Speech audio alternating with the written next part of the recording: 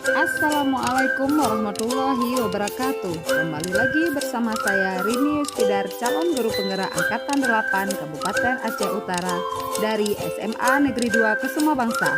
Pada kesempatan kali ini saya ingin berbagi aksi nyata modul 1.4 yaitu budaya positif.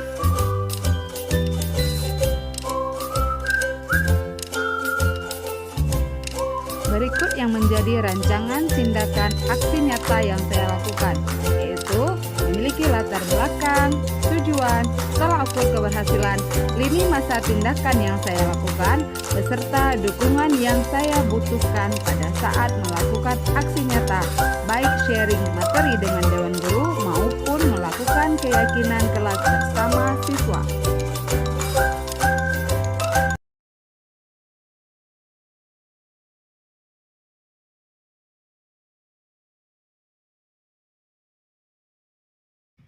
Berikut ini adalah beberapa materi tentang budaya positif di sekolah yang saya bagikan kepada rekan-rekan sejawat. Di antaranya ada tentang disiplin positif, teori motivasi, keyakinan kelas, kebutuhan dasar manusia, restitusi, dan 5 posisi kontrol, dan yang terakhir segitiga restitusi.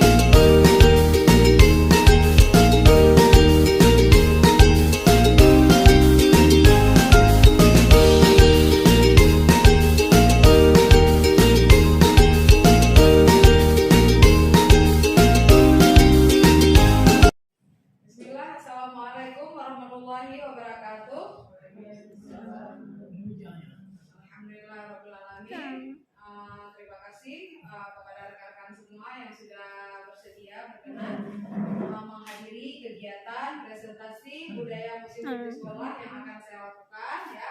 Saya adalah Rinus Widar, calon guru penggerak angkatan 8 dari Kabupaten Aceh Utara. Jadi pada hari ini, pada kesempatan kali ini, saya ingin menjelaskan tentang budaya positif di sekolah. Ya. Jadi, apa itu budaya positif? Apa saja budaya positif yang seharusnya terlaksana di sekolah? Mungkin sebagian dari kita sudah memiliki sedikit definisi tersendiri ya di dalam pikiran kita apa itu budaya positif di sekolah. Namun mungkin ada beberapa hal yang sedikit berbeda apa yang sudah kami dapatkan pada modul 1.4 dalam pendidikan calon guru penggerak ini. Ada beberapa hal yang membuat saya secara pribadi terkejut. Ternyata beberapa hal yang kita lakukan belakangan ini di sekolah itu sedikit bukan salah ya, mungkin sedikit berbeda dengan teori yang kami dapatkan, yang saya dan rekan-rekan lainnya dapatkan pada modul 1.4 ini. Oke. Jadi budaya positif itu ada 6 hal di sini. Yang pertama ada disiplin positif dan nilai kebajikan universal, ada teori motivasi, hukuman dan penghargaan, juga restitusi, lalu ada keyakinan keras, kemudian ada kebutuhan dasar manusia, lalu restitusi yaitu tentang 5 posisi kontrol guru, kemudian yang terakhir ada restitusi lagi, segitiga restitusi. Di sini nanti memuat bagaimana seorang guru seharusnya menyelesaikan masalah dengan peserta didik. Oke, kita awali dengan disiplin positif. Bisa kita lihat di sini ya bahwa makna disiplin positif menurut Ki Hajar Dewantara yang kita kenal semua. Ki Hajar Dewantara adalah Bapak Pendidikan Indonesia. Ya, beliau mengatakan juga ada ini seorang ilmuwan lain ya, seorang peneliti lain bernama Dian Gosen, di mana kedua pakar tersebut mengartikan bahwa disiplin sebagai bentuk kontrol diri, yaitu belajar untuk kontrol agar dapat mencapai satu tujuan yang mulia. Tujuan yang mulia di sini mengacu pada nilai-nilai atau prinsip-prinsip mulia yang dianut seseorang. Kemudian tujuan dari disiplin positif adalah menanamkan motivasi tentang keyakinan akan kebaikan yang ada pada diri murid-murid serta diri kita, yaitu untuk menjadi orang yang mereka inginkan dan menghargai diri sendiri dengan nilai-nilai yang mereka percaya. Nilai kebajikan di sini yaitu segala bentuk nilai kebaikan. Kemudian sebagai pendidik kita, sebagai guru, ya, tujuan kita adalah menciptakan anak-anak yang memiliki disiplin diri sehingga mereka bisa berperilaku dengan mengacu pada nilai-nilai kebajikan universal dan memiliki motivasi intrinsik bukan intrinsik, ya. Jadi motivasi kebaikan yang ada dari diri anak itu adalah dari dirinya, bukan karena orang lain, harus dari dirinya. Berarti mereka itu sadar ada hal-hal baik yang harus mereka terapkan pada diri mereka sendiri. Kebijakan universal ini adalah kebijakan yang menyeluruh, kebajikan yang menyeluruh maksud saya. Tidak hanya di kita, ya, seluruh dunia meyakini bahwa itu adalah sebuah kebajikan. Oke, kita lihat di sini nilai kebajikan universal yang mana, ya. Di sini karena pendidikan kita saat ini berorientasi pada pendidikan profil Pancasila, maka nilai kebajikan yang ingin kita capai pada peserta didik kita adalah kita sesuaikan dengan profil pelajar Pancasila. Yang pertama ada beriman dan bertakwa kepada Tuhan Yang Maha Esa dan berakhlak mulia, berkebinekaan global, gotong royong, kreatif, bernalar kritis, dan mandiri.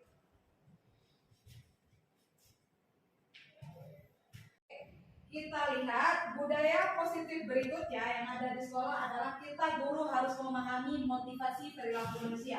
Termasuklah peserta didik kita itu memiliki motivasi perilaku. Ada 2 motivasi perilaku yang bersifat ekstrinsik dan juga intrinsik. Jadi 2 itu bersifat dari luar, ya, dan 1 bersifat dari dalam diri.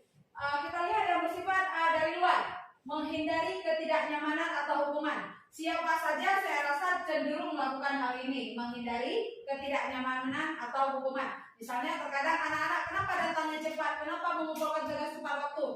mereka menghindari ketidaknyamanan ketika kita marahi ataupun kita berikan hukuman. Otomatis itu alamiah ya, pasti orang menghindar dari hal-hal yang tidak baik.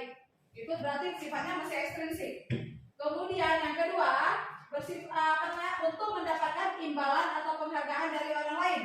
Ketika siswa kita berhasil melakukan sesuatu, mereka bisa datang tepat waktu, mengumpulkan tugas tepat waktu, bersikap baik di kelas. Kita kan terkadang guru itu suka memberikan penghargaan, walaupun hanya sebatas kata-kata, oh bagus, terima hari ini datang tepat waktu, seperti itu. Ataupun memberikan sedikit imbalan, ya. Terkadang kita juga suka kan ngasih hadiah ke anak-anak ketika mereka berhasil melakukan tugas, walaupun hadiahnya itu sederhana, meskipun hanya satu permen, seperti itu, satu kue, gitu ya. Tetapi hal tersebut masih bersifat ekstrinsik, ya. Bersifat ekstrinsik itu dari luar. Yang paling bagus adalah ketika siswa kita sudah memiliki perilaku yang bersifat intrinsik dari dirinya sendiri. Itu berarti kita sudah sadar. Termasuklah kita juga sebagai guru ya. Kita sebagai manusia biasa. Oke, nomor 3 kita lihat untuk menjadi orang yang mereka inginkan dan menghargai diri sendiri dengan nilai-nilai yang mereka percaya. Itu seperti ini. Kita memang bukan karena menghindari hukuman, bukan karena supaya dapat imbalan, ya udah memang saya mau datang cepat, misalnya seperti itu menurut peserta didik. Saya memang mau datang cepat supaya apa? Ya udah supaya memang kita menghargai diri sendiri. Kita tidak suka dimarahi oleh orang lain, kita tidak suka diberikan hukuman. Itu artinya kita menghargai diri sendiri. Oke, berikutnya kita lihat di sini ada hukuman, ada penghargaan dan restitusi. Di sini ada beberapa kalimat yang membedakan apa itu hukuman, apa itu konsekuensi, apa itu restitusi. Hukuman adalah identitas gagal, berarti yang selama ini kita lakukan. Jika kita beri hukuman kepada peserta didik kita, itu artinya kita gagal. Ya, kita gagal mendapat kepatuhan dari mereka. Kenapa? Karena berarti motivasi perilaku mereka mungkin masih yang dua tadi, yang ekstrinsik. Kita lihat contoh gagal. Yang hukuman ya, sesuatu yang menyakitkan harus terjadi. Otomatis ketika seseorang mendapat hukuman itu pasti menyakitkan. Namun jika itu konsekuensi, sesuatu harus terjadi. Berarti sudah ada semacam deal, semacam kesepakatan ya antara guru dan juga siswa. Kemudian restitusi merupakan pilihan. Oke. Kemudian hukuman tidak nyaman untuk murid untuk jangka waktu panjang. Bahkan mungkin yang terburuk bisa menyebabkan trauma kepada siswa karena hukuman kita, ya. Kemudian kalau konsekuensi tidak nyaman juga, tapi dalam jangka waktu pendek. Kenapa? Tadi kan udah ada kesepakatan antara guru dan siswa. Ini kalau kamu tidak selesaikan tugas dalam 2 hari ke depan, ini ya. Nah, jadi kan mereka sudah tahu duluan. Ya. Kemudian restitusi menguatkan murid dan anak dalam jangka waktu panjang. Jadi restitusi itu kita memberi penguatan kepada siswa. Ya. Kemudian hukuman, korban mendapatkan keadilan. Konsekuensi, korban diabaikan. Restitusi, korban mendapat ganti. Seandainya ada siswa yang menjadi korban, ada yang salah, ada yang menjadi korban. Yang korban ini mendapatkan keadilan. Jadi si salah ini bukan dalam tujuan kita membela anak yang salah. Jadi kita juga tidak bisa menghakimi anak berlebihan. Ya. Kemudian kadang-kadang gini, nanti yang menjadi korban malah merasa diawang-awang seolah-olah dia tidak salah. Berarti yang itu juga tidak dibenarkan ya menurut teori-teori yang kami pelajari. Kemudian kalau untuk hukuman, murid dan anak akan tersakiti.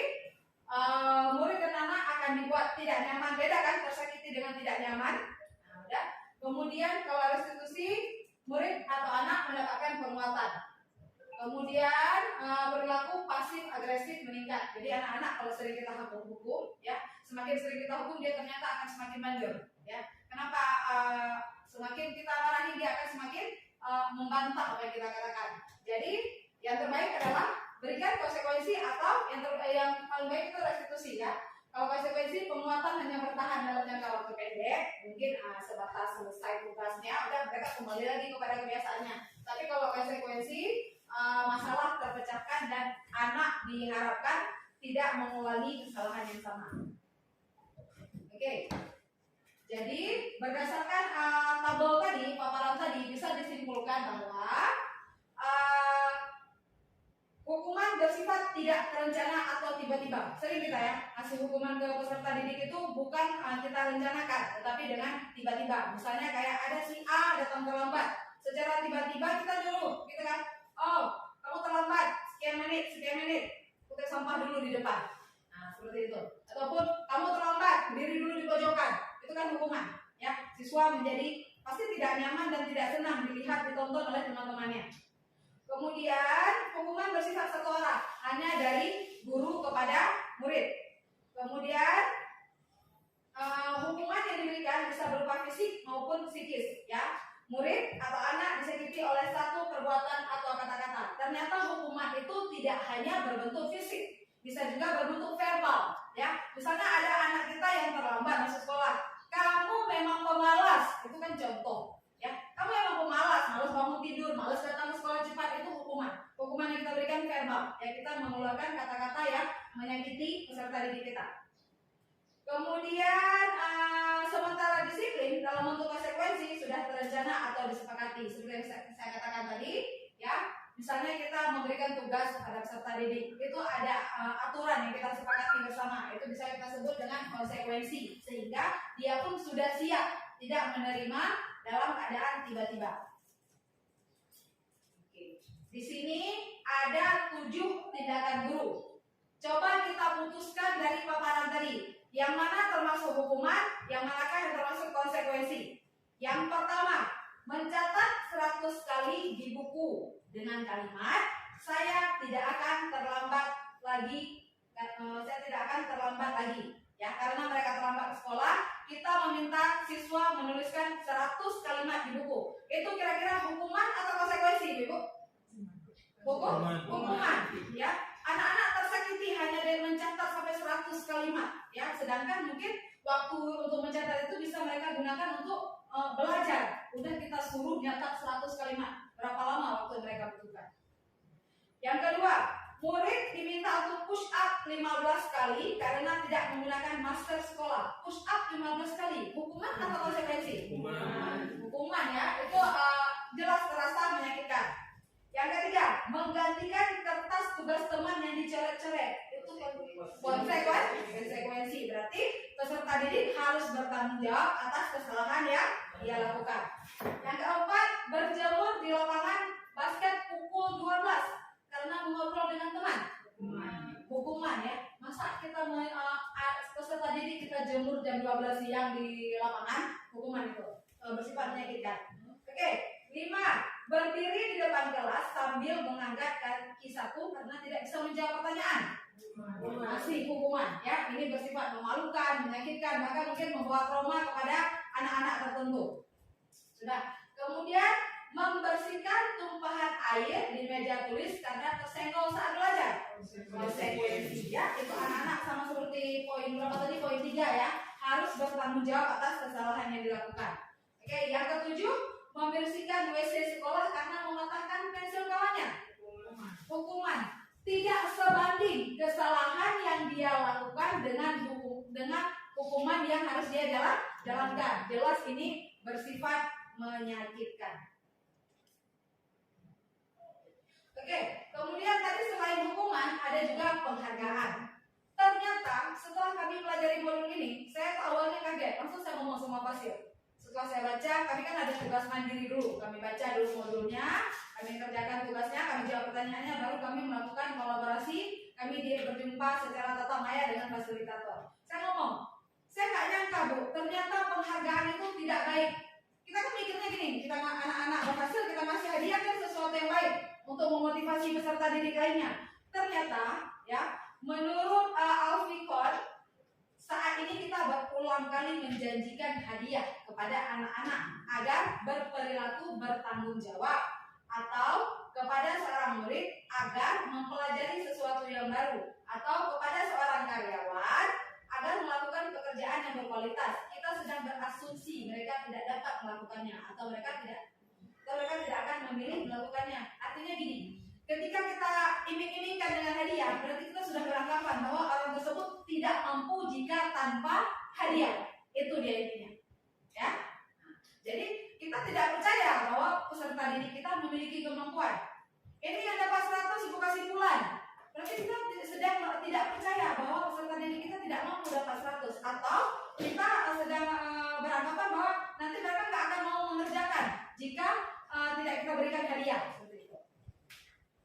Kemudian ini di dalam buku yang ditulis oleh Archibald, Punish by Reward, ya, mengemukakan baik penghargaan maupun hukuman adalah cara mengontrol perilaku seseorang yang menghancurkan potensi untuk pembelajaran yang sesungguhnya.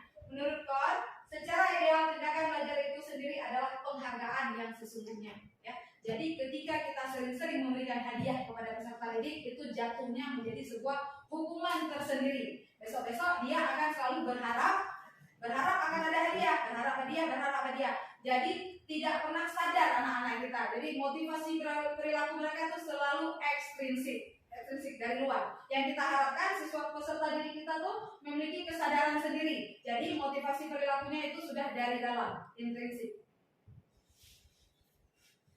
Oke, kita lihat. Ternyata penghargaan itu memiliki efek. Ada efek jangka pendek dan juga jangka panjang. Bahkan penghargaan juga menjadi tidak efektif. Oke. Kemudian penghargaan merusak hubungan, entah hubungan antar mereka sendiri, ya kan, nanti yang dapat hadiah itu aja, yang lainnya merasa tidak adil, itu berarti merusak hubungan. Termasuk juga kita guru, ya, kita orang dewasa juga bisa seperti itu.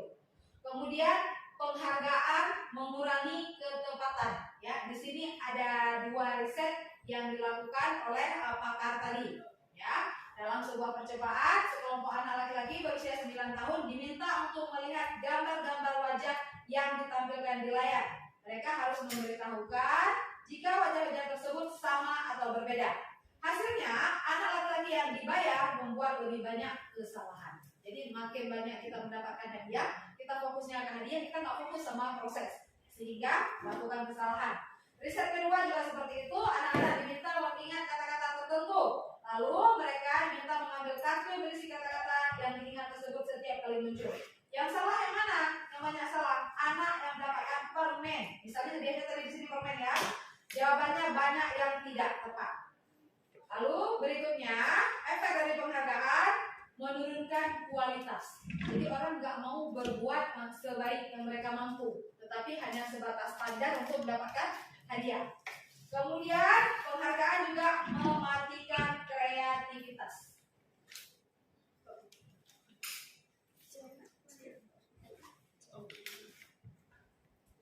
Oke. Berikutnya kita masuk ke budaya positif berikutnya adalah membentuk keyakinan kelas. Jadi ada keyakinan kelas, ada keyakinan sekolah. Di sekolah kita kan ada perjanjian siswa, itu poinnya 6. Itu bisa langsung kita angkat menjadi keyakinan sekolah, ya. Seperti bunyinya apa nih? Kami berjanji akan bertakwa dan beriman kepada Tuhan Maha Esa, belajar dengan tekun dan rajin, menjaga kebersihan diri dan lingkungan sekolah, menjaga nama baik siswa dan guru. Kan seperti itu bunyi-bunyi perjanjian siswa kita. Maka itu juga bisa kita ubah menjadi sebuah keyakinan. Jadi hal tersebut adalah hal-hal baik yang kita yakini dan mampu diamalkan oleh seluruh warga sekolah. Ya. Kemarin saya sudah buat keyakinan kelas dengan siswa kelas 11 berapa ya? F2 kayaknya, kalau masalah saya F2 ada 2 kelas, ya. Jadi ini untuk wali kelas boleh buat keyakinan kelas, ya. Tidak hanya peraturan. Kalau peraturan mungkin seperti tadi, ya, bersifat satu arah. Kalau keyakinan itu kita sepakati bersama. Kemarin saya minta semua siswa itu ada 18 teman sekolah, jadi 18 orang membuat keyakinan. Nanti kita pisah dia. Yang sama maksud dan tujuannya, berarti intinya menjadi satu poin seperti itu, ya. Seperti dikatakan di sini, keyakinan kelas itu pembentukannya bersifat lebih abstrak. Kemudian dia juga tidak perlu terlalu banyak, tetapi kontribusinya oleh seluruh warga kelas. Berikut kita lihat contoh keyakinan kelas. Ya, di sini ada 3 bentuk contoh keyakinan kelas, ya. Yang kuning, hijau, dan ungu, ya. Ini kan bentuknya abstrak, ya. Misalnya umum dia, tidak terperinci, ya, tidak terlalu detail. Setiap orang di kelas perlu belajar. Itu kan memang ya hal yang diyakini memang harus kita lakukan. Ataupun setiap anggota kelas perlu merasa senang, itu harus, ya. Anak-anak itu dan diri kita sendiri harus kita pastikan senang, ya. Tidak akan baik kondisi ketika dalam belajar itu ada yang tertekan, merasa sedih atau ada lain sebagainya, ya. Kemudian, di sini ada 3. Oke. perlu melakukan tugas, itu kan tugas siswa. Kita juga bisa membedakan apa yang menjadi tugas siswa menjadi tugas guru. Tugas guru mengajar, tugas siswa belajar. Nah, seperti itu ya. Kemudian saling menghargai, kemudian juga perlu merasa aman ya. Contoh yang di warna hijau, selalu bersikap positif, menjadi diri terbaik, menghormati orang lain serta orang miliknya. Berarti kita siswa kita tuh tidak diizinkan untuk memegang atau mengambil barang temannya tanpa izin, juga barang kita. Kita juga guru harus mengikuti, tidak boleh tidak diizinkan untuk mengambil atau memegang barang siswa tanpa izin siswa tersebut. Ya. Berkomitmen terhadap setiap tugas, senantiasa membantu, saling membantu. Ini kan sama kayak nilai profil Pancasila kita, ada nilai gotong royong. Ya. Kemudian di yang umum dibuat agak berbeda. Yang pertama poin mereka tentang rasa hormat, kemudian rasa bekerja, kemudian diterima dan dimiliki. Mungkin saya fokusnya ke poin 3, diterima dan dimiliki. Ada siswa kita di kelas yang memiliki sedikit perbedaan dengan temannya. Katakanlah seperti di kelas 3 IPA, ada Rauzatul Jannah. Nanti di kelas 1 ini ada Putri Nabila, ya.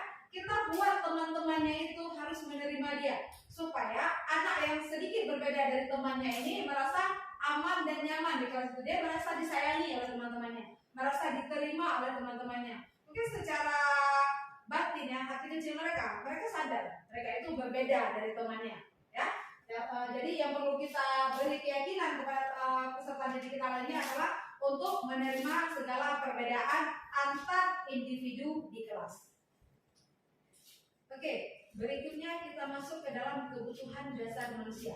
Sebagai manusia, ya, kita itu memiliki kebutuhan dasar. Entah itu kita guru, orang-orang lain pada umumnya, termasuk peserta didik kita.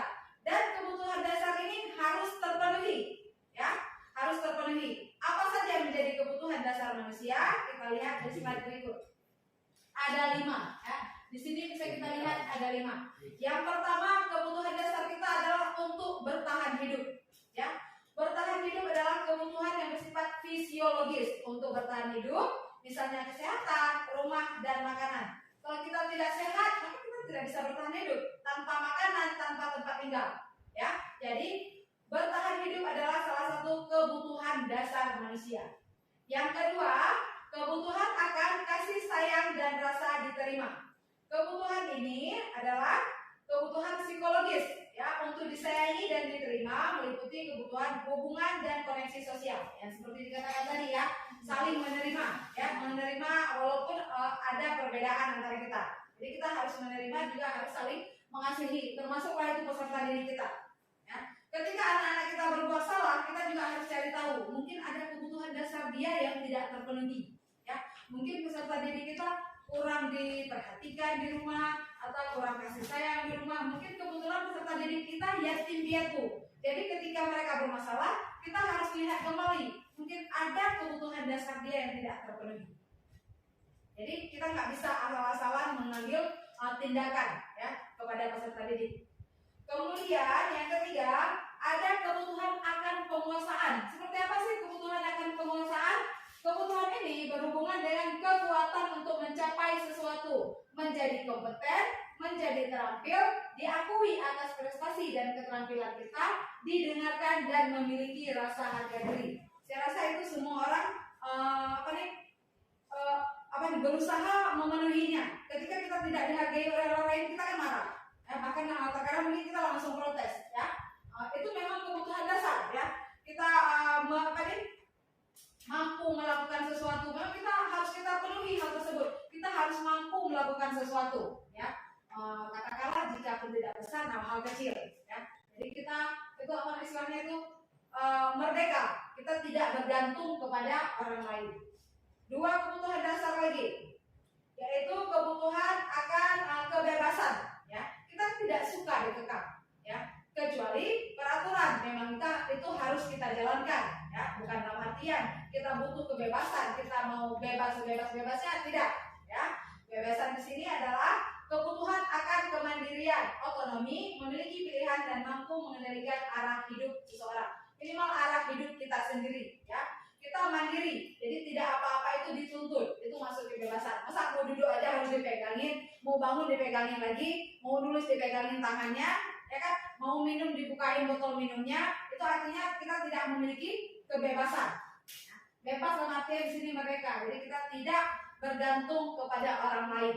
Itu arti merdeka. Kemudian kebutuhan akan kesenangan, ini yang paling penting, ya kan?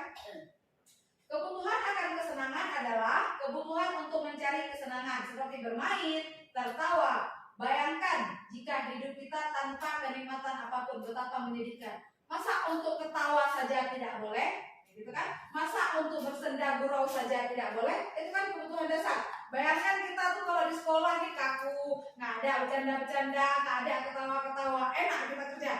Apa kejadian? Nah, gak enak ya kan? Begitu juga dengan siswa. Terkadang guru tuh kita harus mempunyai sedikit saja sifat humoris ya, lawak. Nggak usah lawak-lawak kali juga, ya kan?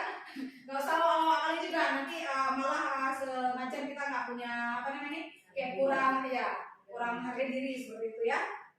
Minimal tapi hanya untuk sekedar menyemangati peserta didik kita saja. Oke. Nah, yang kelima ya. Yang kelima, budaya positif yang kelima adalah kita memahami ada 5 posisi kontrol. Ya. Sebagai guru kita memiliki 5 posisi kontrol. Yang pertama, penghukum. Kita suka memberi hukuman kepada siswa, itu posisi kontrol yang tidak baik. Yang kedua, pembuat rasa bersalah, itu juga posisi kontrol yang tidak baik. Kalau penghukum sudah jelas kita tahu seperti apa. Pembuat rasa bersalah itu contohnya seperti ini. Kamu nggak ngerjain tugas, nanti kalau saya dimarahin sama kepala sekolah gimana nih? Itu kan kita mengarahkan kalimat-kalimat yang membuat anak-anak merasa bersalah. Itu dia pembuat rasa bersalah. Itu juga masih tidak baik. Yang ketiga, teman. Kita bisa berada pada posisi teman dengan peserta didik. Terutama kayak peserta didik kita ya, karena berada di fase remaja, di SMA, kita bisa saja menjadi teman sebagai mereka. Tetapi tidak selamanya itu baik ya, karena teman nanti mereka mengharap selalu sama kita ya, berharap kita bisa menjadi teman mereka selamanya, kan tidak selalu seperti itu. Yang keempat ada posisi sebagai pemantau. Itu pemantau guru, rata-rata kita pemantau. Kita catat setiap gerak-gerik anak kita. Jadi ketika mereka melakukan kesalahan, kita buka catatan kita. Oh, kamu tanggal bulan nggak masuk ini sama saya. Kamu tanggal bulan, materi bulan, KD bulan, kamu nggak ngerjakan. Itu posisi pemantau. Kita ngomong berdasarkan fakta dan data. Ya. Kemudian yang terbaik adalah berada posisi manajer. Seperti apa manajer?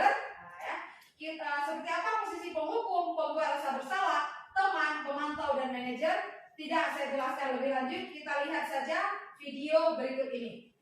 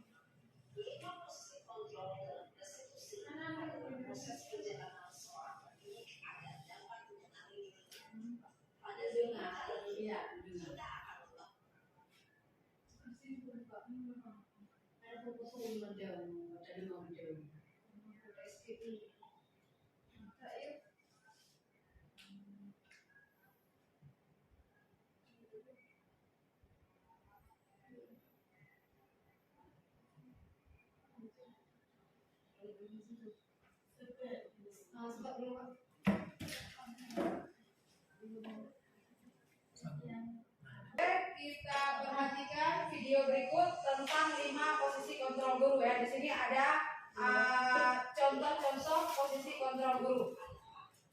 Ya. Posisi pembuat rasa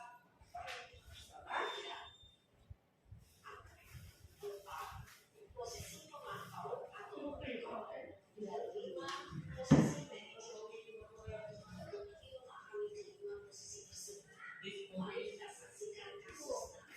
di sini ada satu kasus siswa yang terlambat ke sekolah ya. Ini contoh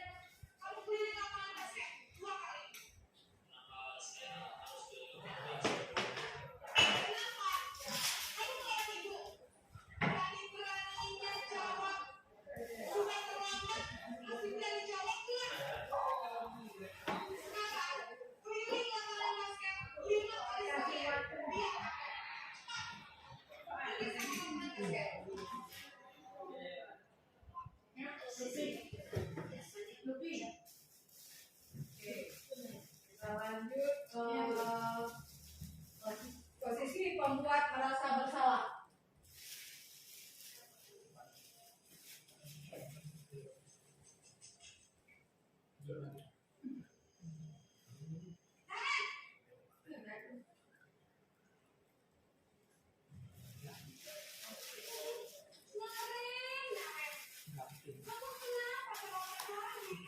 Sedikit lebih lunak ya. Tapi nanti ada kalimat-kalimat yang nyelekit.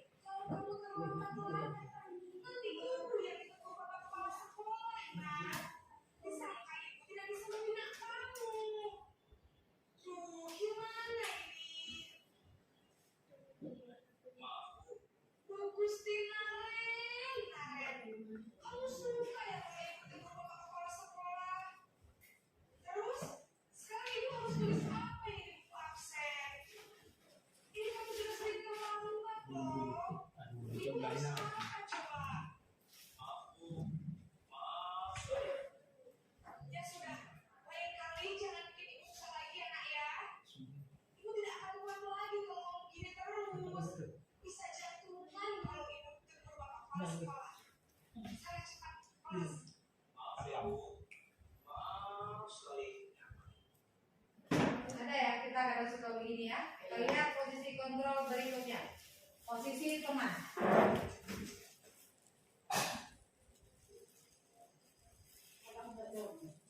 Ya. Masih orang yang dan guru yang sama, Bu. Ini kan hanya ada skenario untuk ngasih contoh ke kita. Nanti orang yang produser. Iya.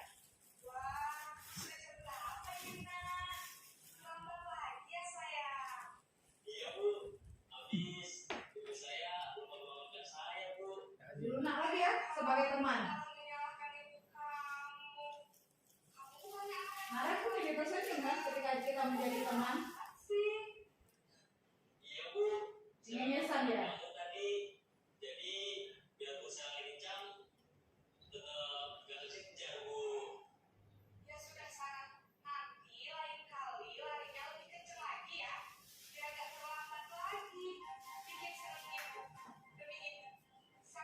Ini kalimat biasa diucapkan oleh guru sebagai pemantau teman.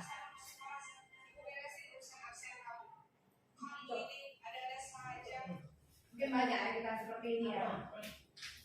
Oke, kita lihat posisi berikutnya. Bentar ya. Ya, jika guru sebagai posisi pemantau atau monitor. Seperti kita jelaskan tadi.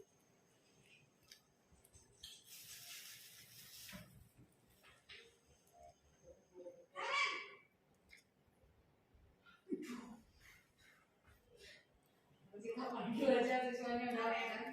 Apa peraturan sekolah kita tentang jam berapa kita harus masuk sekolah? Kita harus di sekolah jam 7, Bu. Iya betul. Sekarang sudah jam 7.20. Kalian sudah tahu konsekuensinya jika terlambat hadir? Paham, Bu? Saya harus tinggal kelas pas jam istirahat selama 20 menit. Iya benar. Konsekuensinya demikian. Jadi Konsekuensi yang kita sepakati dengan siswa. kamu harus tinggal di kelas. Jangan tugas tambahan ketinggalan ya. Tidak menyakitkan ya kan, walaupun siswa tidak nyaman, tetapi hanya sebentar. Ya. Kita lihat contoh berikutnya. Sebagai posisi manajer, ini posisi terbaik ya. Harusnya kita berusaha berada pada posisi ini. Manajer. Ya.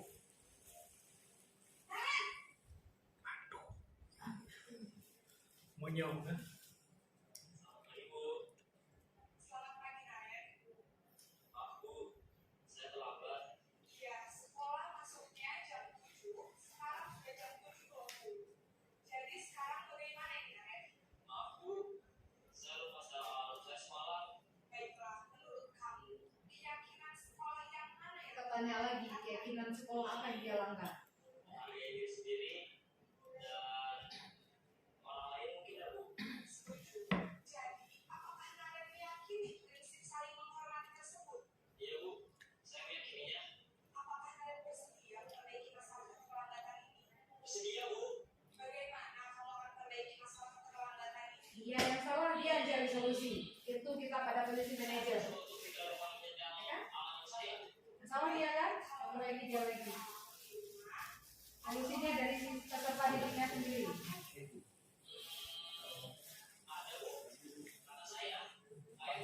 Ada lagi selain KM. Baik, jadi yang mengingatkan KM adalah KM5 dan kamu ya. Kira-kira akan belajar olahraga kapan nih KM? Baik, jadi kalian akan setel alarm untuk bangun besok pagi dan akan diingatkan oleh kakak dari Bunda Naren ya. Ada lagi yang ingin perlu dilakukan KM agar tidak terlambat bangun lagi. Baik KM, terima kasih untuk desanya. Sekarang kamu kembali ke kelas untuk belajar. Serius kan? Jadi itu ya, ibu sekalian, ada 5 posisi kontrol tadi. Yang pertama penghukum, kedua pembuat merasa bersalah, ketiga sebagai teman, keempat sebagai pemantau, yang kelima sebagai manajer. Sebisa mungkin kita hindari 2 posisi kontrol pertama, penghukum dan pembuat merasa bersalah. 3 dan 4 kita yang terbaik itu yang kelima. Tetapi bisa saja sekali-kali kita tuh turun menjadi posisi keempat atau posisi ketiga ya, supaya mungkin lebih nyaman dengan peserta didik seperti itu. Next.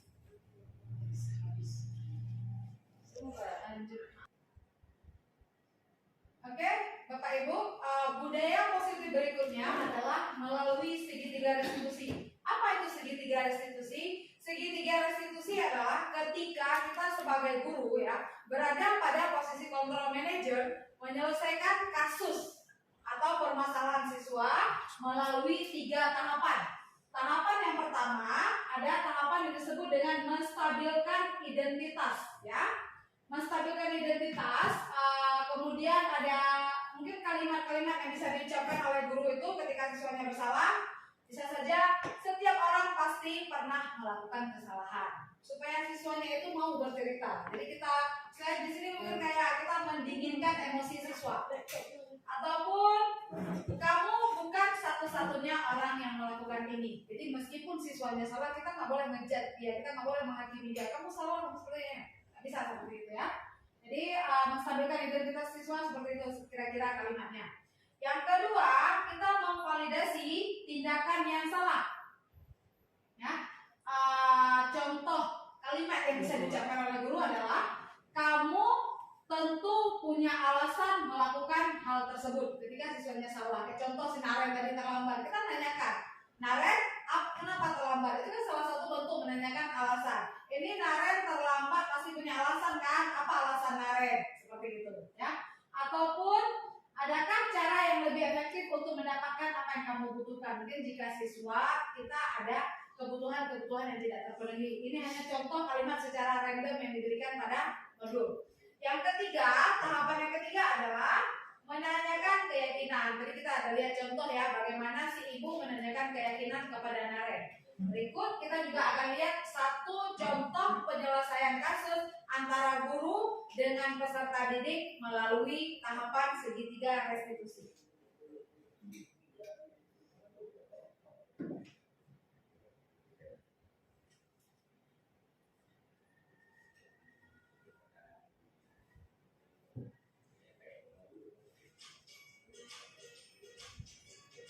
Contoh kasusnya. Salah satu program disiplin positif yang akan di lingkungan sekolah.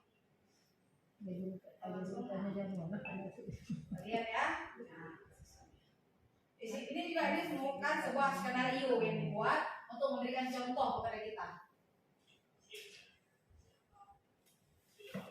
Nah, permasalahan kan muka itu lagi kesel kayaknya. Masa aku dikatain pemimpin apa? Ya aku marah kok. Aku dari kedai-kedai di depan kelas.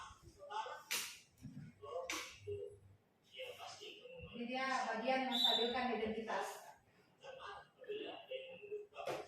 Mukanya luda.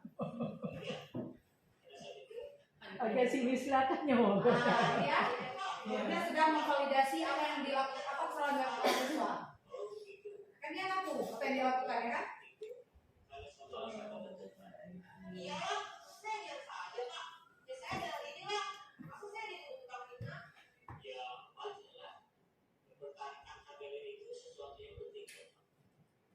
Beruntung kamu tidak ketinggalan dan pikiran lagi. Hanya yang kita lakukan. Iya Pak. Kan lu nangis soalnya. Walaupun dia salah, tapi ada kalimat-kalimat yang kita keluarkan itu meredam emosi dia. Ya pasti. Harus kayak itu apa ya?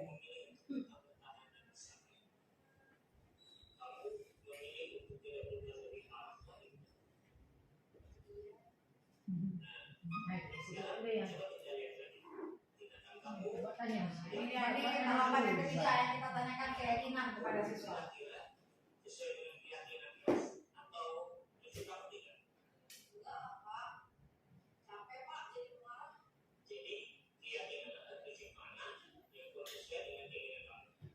Ya saya sebenarnya sama dari orang lain. Mungkin saat itu saya menjadi bersih. Jadi tidak menunjukkan sikap iman. Kamu meyakini tidak? Menghargai orang lain itu penting buat kamu. Yakin lah Pak. Iya, setuju. Kita harus saling menghargai. Namun, ada juga keyakinan yang disepakati yang perlu kita jaga. Apabila kita sedang mampu. Ini dia sama salah satu guru kita. Juga siswanya mirip sama salah satu siswa kita ya. Sebenarnya tuh kasusnya pun hampir ada juga, ada sama juga dengan di sekolah. Kira-kira kamu bersedia memiliki masalah Ya kan? atau tidak? Dia yang melakukan kesalahan, ya kan? Solusinya dari dia lagi. Kamu akan menjadi orang seperti apa? Saya kan hanya menuntun. Bapak kali ya Pak. Dan senantiasa proaktif. Bagaimana rasanya? Itu bukan masalah siswanya dijawab apa, ya kan? Karena di sini penekanannya gurunya. Bagaimana kita menyelesaikan? Kita pikirkan bagaimana memperbaiki masalah ini. Ya. Ini udah selesai. Ini anak-anaknya kan udah jawab gitu ya. Baru saja kita menyaksikan contoh bagaimana Tuh, kalimat pengantar ini. Oke. Sekian. Ya, ini dia langkah-langkahnya tadi ya, menstabilkan identitas, validasi tindakan yang salah, menanyakan keyakinan. Oke, Bapak Ibu, sekian paparan dari saya tentang budaya positif di sekolah ya, dari pertama tadi sampai dengan terakhir kita juga sudah lihat contoh-contoh melalui video. Semoga kita semua bisa menjadi lebih baik setelah mengetahui seperti apa budaya positif yang seharusnya ada di sekolah.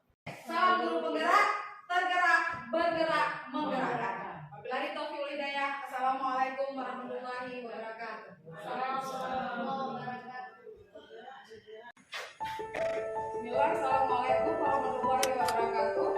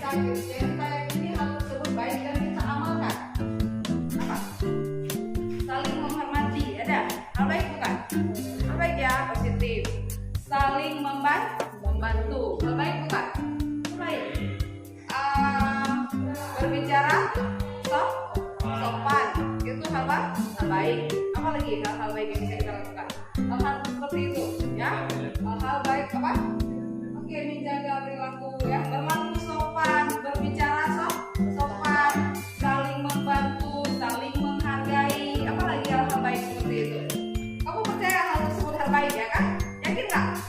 Yakin nggak? Apa contoh-contoh yang ibu ucapkan tadi adalah sebuah kebajikan, sebuah hal baik. Benar tidak? Benar ya? Bisa nggak kita amalkan itu? Bisa dong ya? Bisa kan? Mungkin nggak dalam hidup kita berencana melakukan yang negatif? Ada? Ada nggak? Ya rencananya nanti pulang sekolah mau curi mangga orang. Ada nggak? Ada kan? Ada ya. Nanti kita pulang sekolah rencananya apa? Makan dulu, sholat, istirahat, kan seperti itu. Ya, berarti yang kita rencanakan itu hal yang baik. Hal yang baik. Memang hal-hal yang kita yakini itu baik, makanya itu kita lakukan. Jadi untuk buat keyakinan kelas ini contohnya kayak ibu bilang tadi ya, masing-masing orang buat satu kalimat keyakinan kelas di kertas yang akan dibagikan, ditempelkan di depan. Oke, tulis saja seperti contoh yang ibu bilang tadi ya. Terserah kalian mau apa yang kalian yakini. Contohnya seperti yang ibu bilang tadi. Pokoknya hal-hal yang baik tulis dalam satu kalimat. Bisa dimengerti? Ibu akan berikan ini setelah satu ya.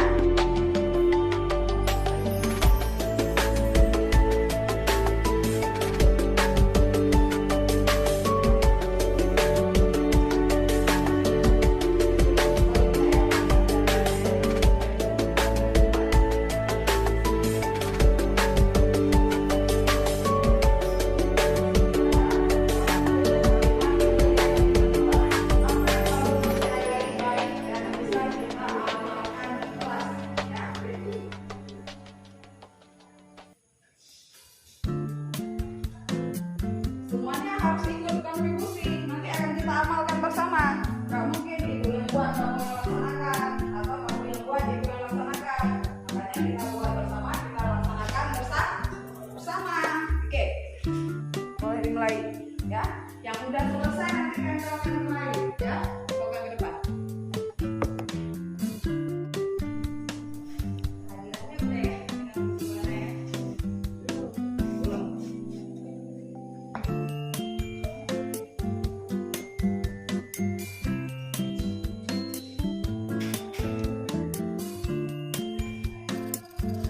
Tulis saja apa yang kamu yakini itu benar dan positif ya.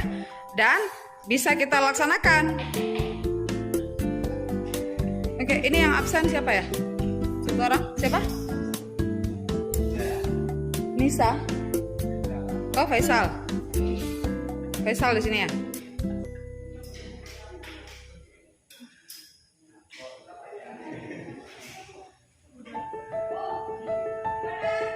Oke. Ada yang sudah selesai?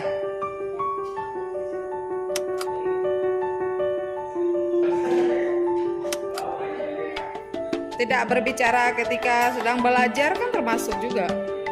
Tidak berbicara, tidak makan, tidak izin, tidak keluar kelas tanpa izin. Ya? Oke, terus. Ayo, maju tempelin aja ke depan. Oke, silakan maju tempelkan ke depan. Tempelkan di papan. Ayo. Tempelkan aja, tempelkan. Iya. Tempelkan. Siapa lagi yang siap? Tempelkan terus. Ayo. Nih, yang lagi udah siap? Tempelkan terus. Apa yang kamu yakini baik? Hal baik yang kamu yakini. Datang tepat waktu. Iya. Yang di sini kan keyakinan kelas yang kita lakukan di kelas. Boleh ke samping, boleh ke bawah. Saling menghargai, ya kan?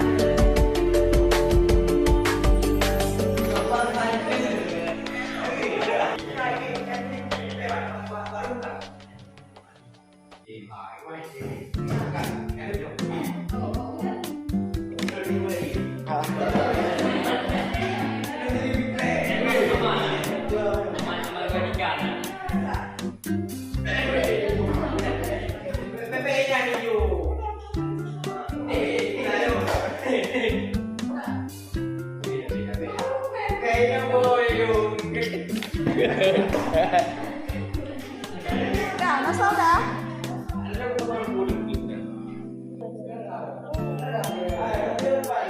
Iya, kita lihat dulu.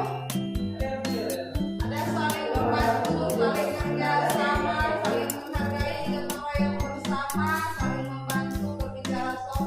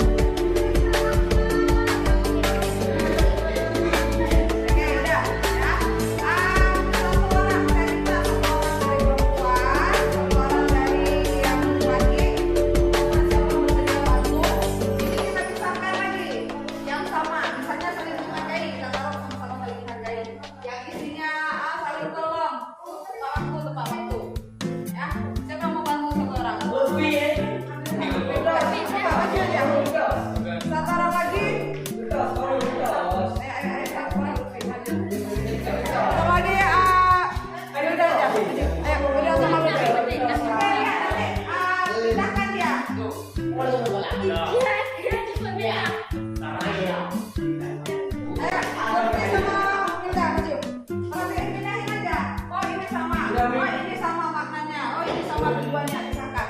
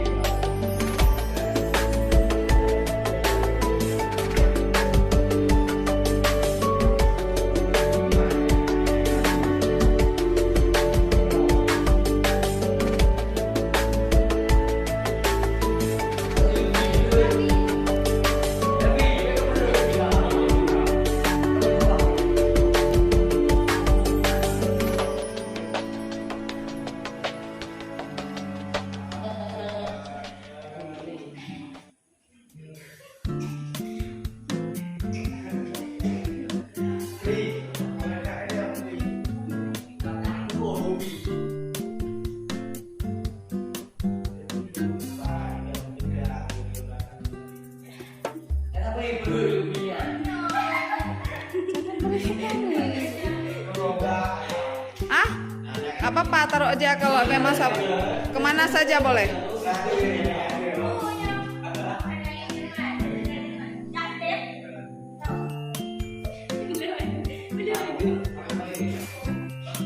Udah, itu semua itu.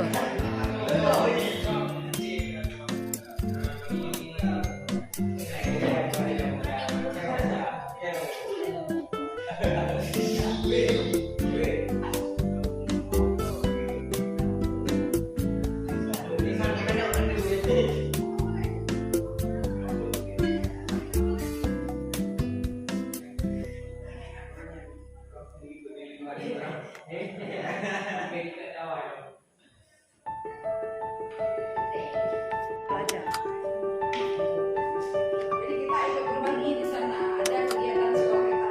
Sekolah kita lihat banyak itu. Platform Merdeka Belajar. Sekolah kita juga dikenal sama. Kalau selalu kita session, yang penting kamu ketika session duduknya yang sopan. Tadi kan pernah ada sepakat kan sopan ya. Sama bicaranya jangan.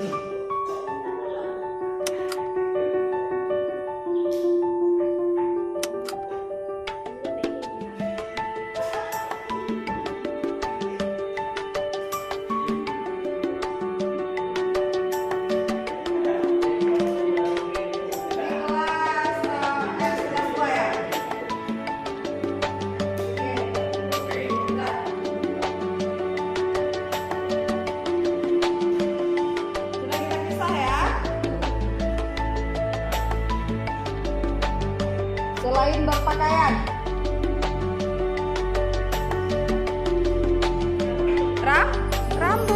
rambut siswa harus pendek.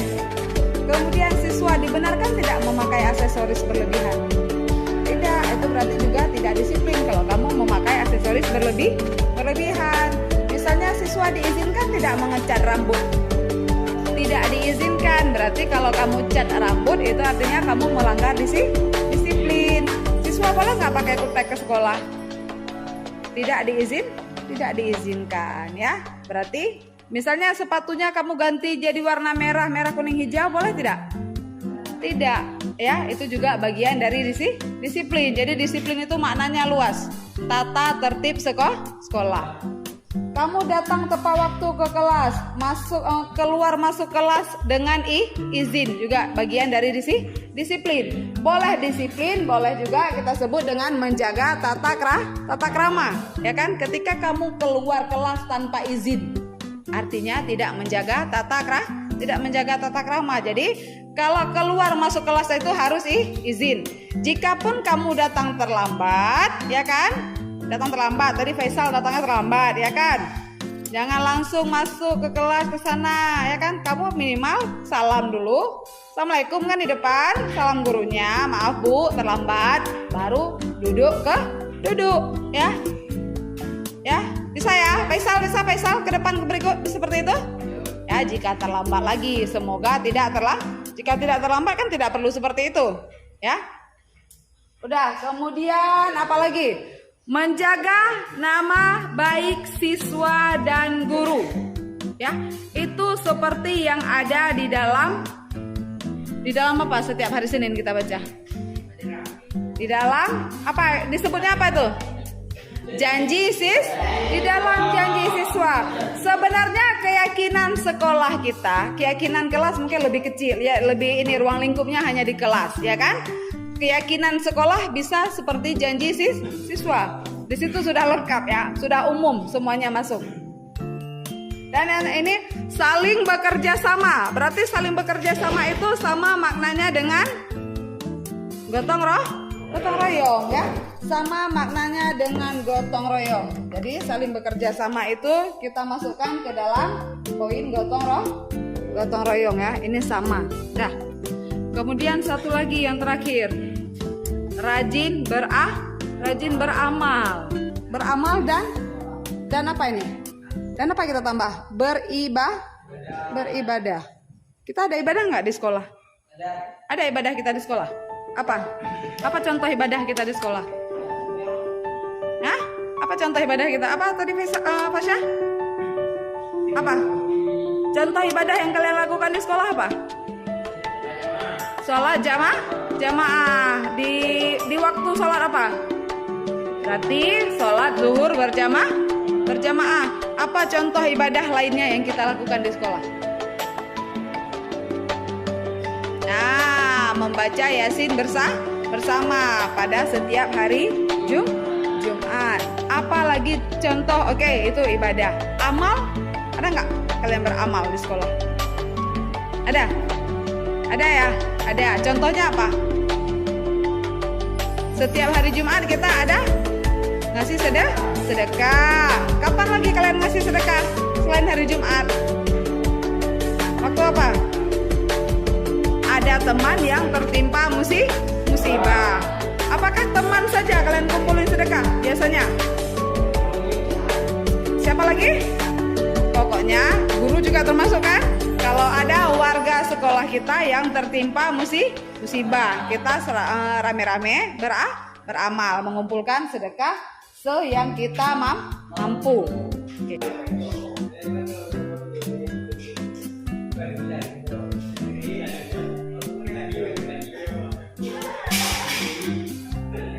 Baca poin 1 biar ditulis Nisa. Baca Faisal. Berbicara tepat. Oke. Tulis Nisa.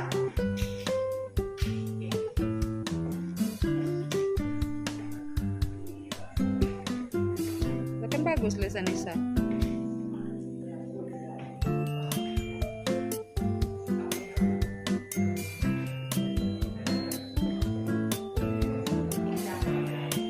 Nomor 2, baca Fasya.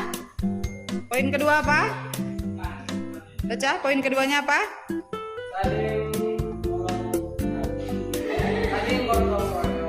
Oke, saling gotong royong.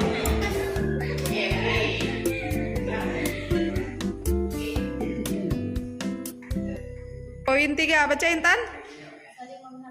Saling menghargai.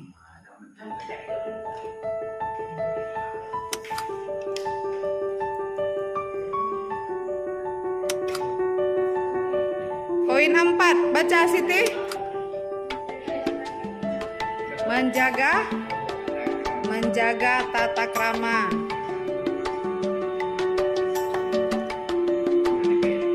Iya, kita tempelkan. Poin 4, Ulfa, baca apa? Ulfi, maaf Ulfi. Poin berapa? Oh, poin 5. Disiplin. Dalam kurung boleh buat tepat waktu atau disiplin saja. Tadi kan sudah kita jabarkan apa itu disiplin.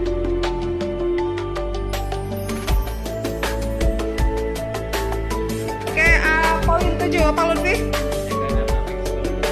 Menjaga nama baik sekolah dan guru.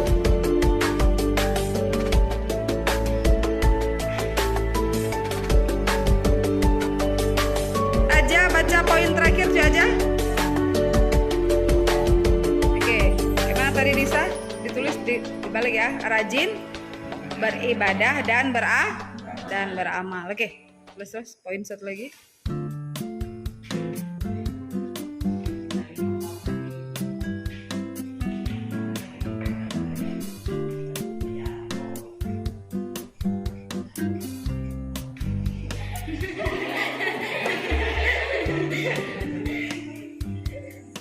Ya tidak apa-apa jika memang saling menyayangi. Masa nggak sayang sama temannya? Selesai? Oke. Ini udah kita sepakati bersama ya. Udah ya. Kita baca bersama poin keyakinan kelas. Pertama, 1. Bicara sopan. Jadi tidak ada lagi yang ngomong sembarangan. 2. Oke, 3. Saling menghargai.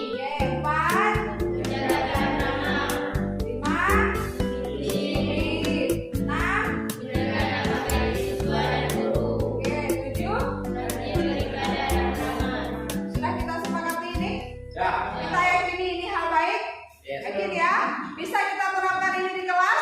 Bisa.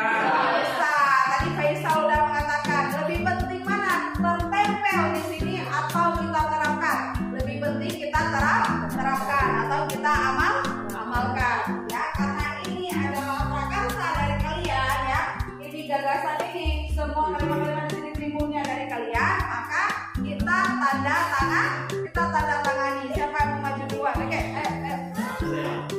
terserah siapa saja. Oke, ini spidolnya ada 3. Maju terus. Ayo. Spidolnya ada 3. Siapa mau maju duluan? Oke, tangan terus. Ayo, maju terus. Tanda tangan terus, ya. Terserah kamu mau belum tulis di bagian mana. Ayo, terus. Tanda tangan terus. Biasa. Kita tangan tel. Ayo.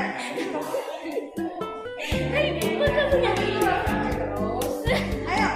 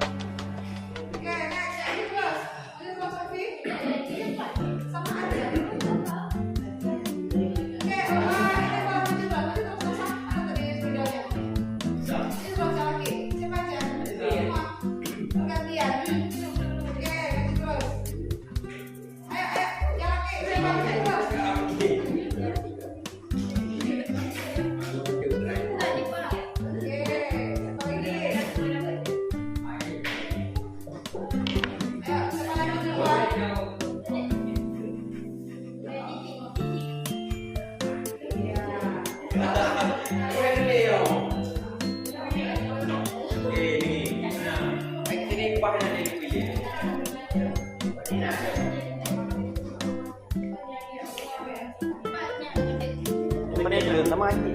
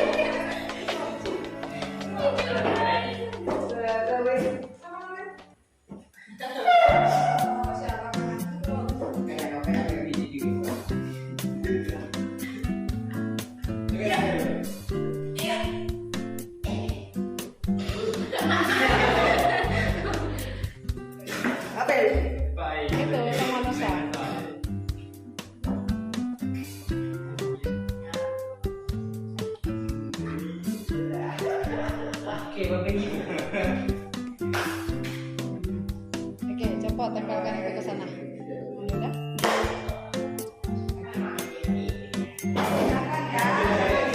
Jangan di depan mama terus ini, kita bilangkan ke mama sampai.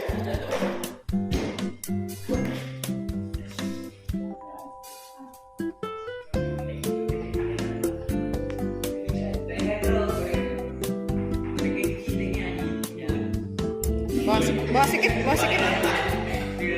Oke.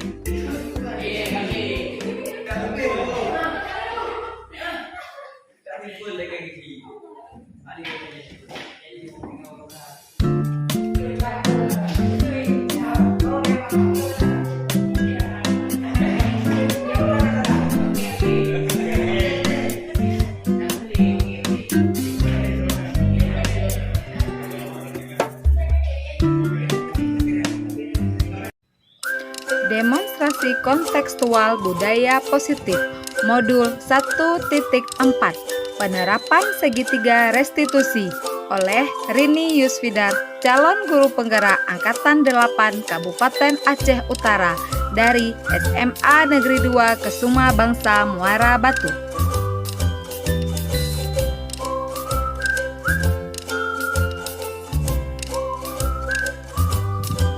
Itu segitiga restitusi. Menurut Gosen tahun 2004, restitusi adalah proses menciptakan kondisi bagi murid untuk memperbaiki kesalahan mereka, sehingga mereka bisa kembali kepada kelompok mereka dengan karakter yang lebih kuat.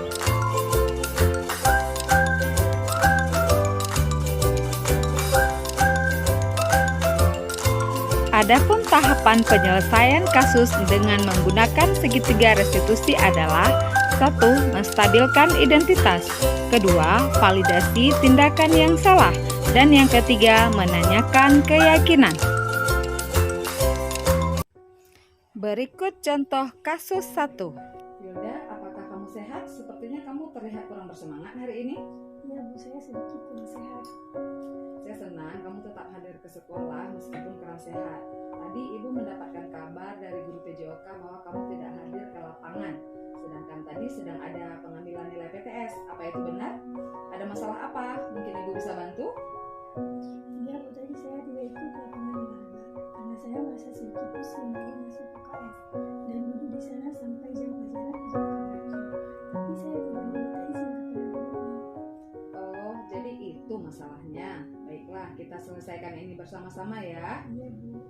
Kamu tadi tidak ikut belajar sampai dengan jam pelajaran PJOK berakhir tanpa izin dari guru tersebut. Ibu yakin sebenarnya kamu punya masalah lain. Bisa Ibu tahu? Iya Bu, sebenarnya saya juga lupa membawa pakaian olahraga karena berangkat ke sekolah terburu-buru. Saya telat bangun juga Bu. Baiklah, Ibu sudah dengar masalah kamu. Ada lain yang ingin kamu beritahukan? Iya Bu, yang tadi saya ceritakan sudah lengkap dan saya jujur. Bagus, kamu jujur dan Ibu yakin itu.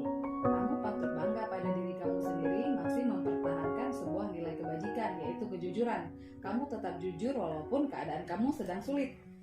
Iya Bu.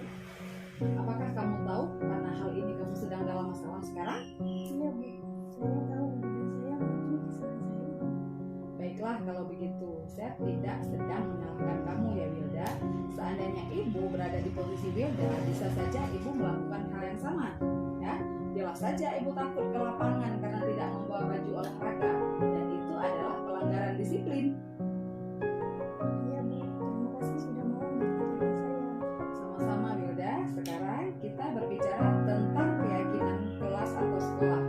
Apakah kamu yakin bahwa belajar itu adalah kewajiban dan tugas kamu sebagai siswa? Dan apakah disiplin itu penting bagi kamu? Iya Bu, saya yakin bahwa belajar itu memang tugas siswa, termasuk mengikuti ujian PTS dan disiplin itu juga penting. Iya Wilda, apa yang kamu yakini itu sudah benar. Tapi kamu mengabaikan hal tersebut tadi. Dan itu malah merugikan kamu sendiri. Iya Bu. Nah, sekarang kamu boleh kembali ke kelas ya. Nanti diingat-ingat kembali apa yang menjadi keyakinan kelas dan juga peraturan sekolah mengenai disiplin, sehingga hal seperti ini tidak terulang kembali. Baik Bu, tapi bagaimana dengan nilai PTS saya tadi? Apakah saya sendiri yang harus menjumpai gurunya? Iya, nanti kamu jumpai gurunya pada jam istirahat. Untuk sekarang, biar Ibu bantu jelaskan masalah kamu kepada guru penjasnya. Baik Bu, terima kasih Ibu sudah membantu saya. Sama-sama, lain kali jangan diulangi ya.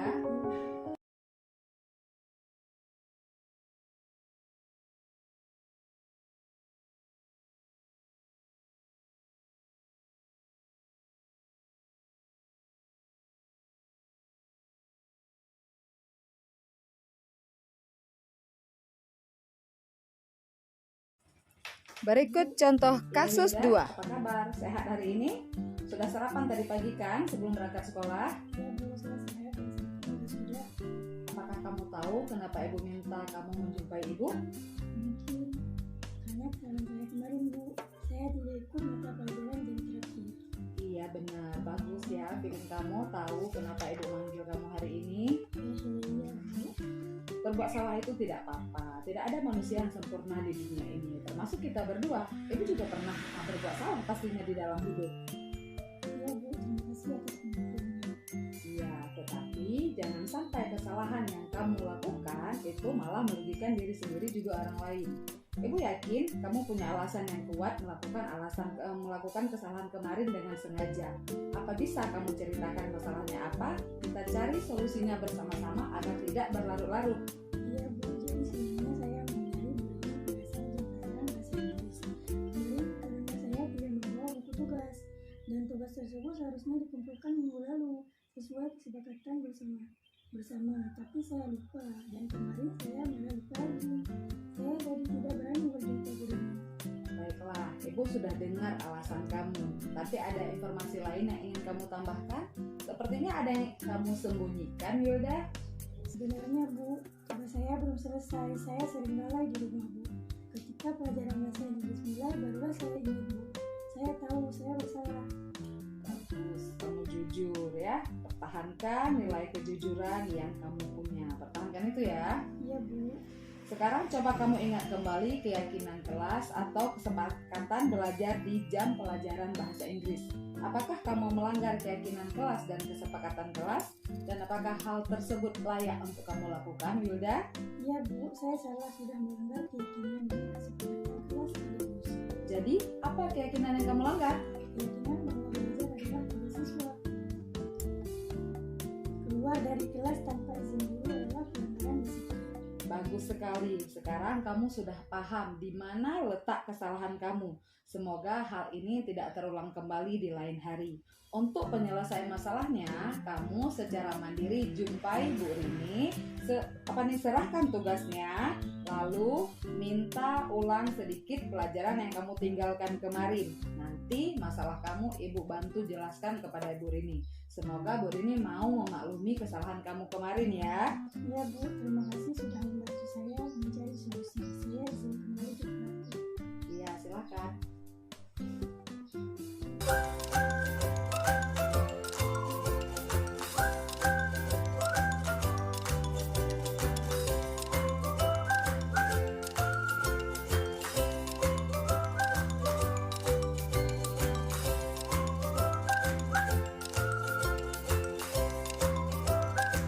Wilda, ini seandainya ya kesalahan seperti tadi benar-benar kamu lakukan.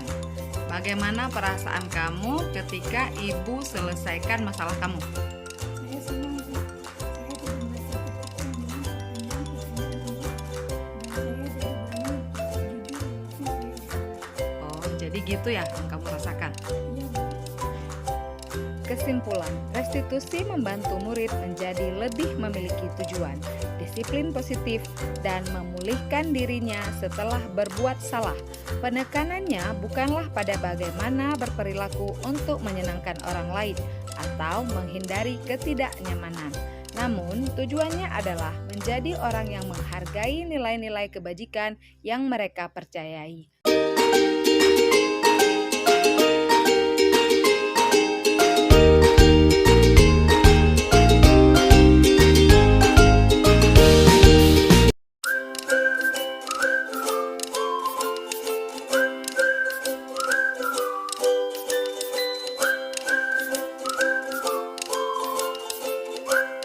Thanks for watching. Sampai jumpa pada video-video berikutnya.